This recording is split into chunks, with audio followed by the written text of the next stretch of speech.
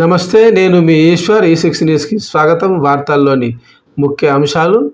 కొన్ని నెలల్లో జరగబోయే ఢిల్లీ అసెంబ్లీ ఎన్నికల్లో ఆమ్ ఆద్మీ పార్టీ కాంగ్రెస్ పార్టీతో పొత్తు పెట్టుకుంటుందా అని అడిగిన ప్రశ్నకు ముఖ్యమంత్రి అరవింద్ కేజ్రీవాల్ జైలు నుంచి విడుదలైన తర్వాతే సమాధానం లభిస్తుందని పార్టీ సీనియర్ నాయకుడు మనీష్ సిసోడియా అన్నారు.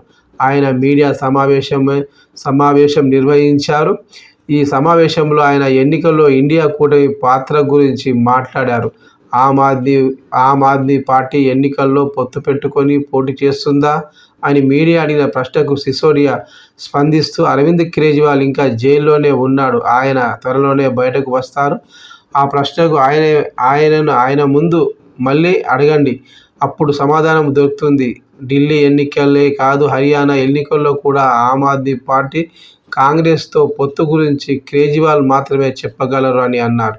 ఫిబ్రవరి 2025లో జరగబోయే ఢిల్లీ ఎన్నికల్లో 70 నియోజకవర్గాల్లో పాదయాత్ర చేస్తానని సిసోడియా తెలిపారు. అయితే కేంద్రంలో అధికారంలో ఉన్న బీజేపీ ప్రభుత్వం మనీ లాండరింగ్ చట్టాన్ని పెద్ద ఎత్తున దుర్వినియోగం చేస్తుందని తీవ్ర ఆరోపణలు చేశారు. అందుకే బీజేపీని ఎదుర్కొనే పార్టీలు అన్నీ ఒక్కతాటిపైకి రావాలని తెలిపారు. ఢిల్లీ ప్రభుత్వంలో 18 మంత్రిత్వ శాఖలను నిర్వహించిన సిసోడియా తిరిగి వాటిని చేపడతారా అని అడిగిన ప్రశ్నకు ఆయన బదులిస్తూ, ముఖ్యమంత్రి కేజ్రీవాల్ జైలు నుంచి రాగానే పార్టీ నేతలతో చర్చలు జరిపి ఈ అంశంపై నిర్ణయం తీసుకుంటామని తెలిపారు.